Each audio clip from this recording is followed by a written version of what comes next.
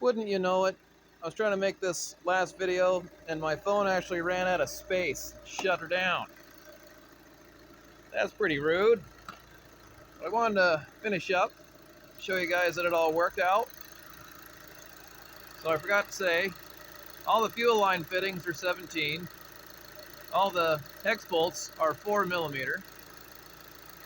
The tool that I made, make your own, find one, whatever. This one here is the main pressure line that goes all the way back to the big fuel pump. I took that free and ran a hose from there to that specific Volkswagen established bucket. You have to get a certified bucket or the whole thing will just explode. Put everybody back together. I forgot to put the return line back on, so it erupted, peed on itself, however you want to put that. I made a mess. I still only have part of the exhaust on. The primary cat is still out, and this is all the louder they are. Kind of hard to see, but we are making a bit of a cloud. It was all the way down there, just solid blue and then solid white. It was horrible. So that brings me to the next point, is these DPF filters, diesel particulate filtration. There's an O2 sensor right there. And that's a puddle of diesel fuel that I spilled. Anyway, these diesel particulate filter doodads are supposed to be saving the environment. Now, I had the last video worked. I was standing about here, and you couldn't see the car because it was just a bellowing the white and blue smoke of nastiness. You can kind of see it happening right here. Anyway, my question is, and all you future engineers out there, what good does that do? So 130,000 miles on this car.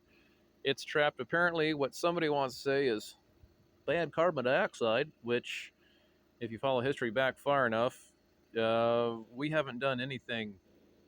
Like, as much as we burn stuff and whatnot, we have made no change in it.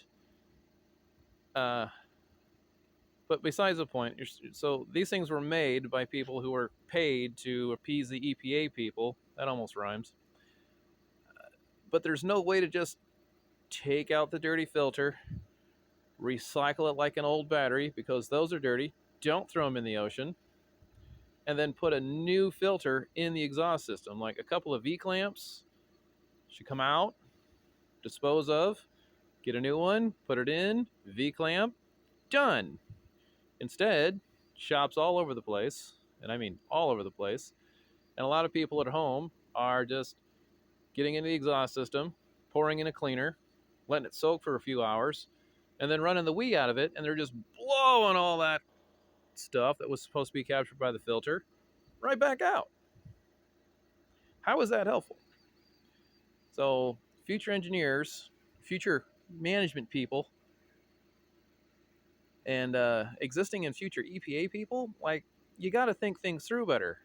We're going to replace the entire unit because that's the filter, the heat probe, the primary O2 sensor, the primary catalytic converter. That is a very, very expensive piece, and that's not fair to the consumer to have to buy that big, ooh, stinks, have to buy that big dumb thing when it can just be a simplified particulate filter. So let's just do that. Do it right.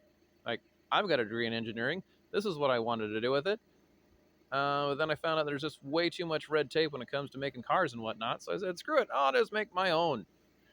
And most cars that I build are so dang old that the laws don't apply. Kind of, sort of. I mean, just sort of hold one eye shut and they're good. But anyway, that is my rant for the day. It is Friday.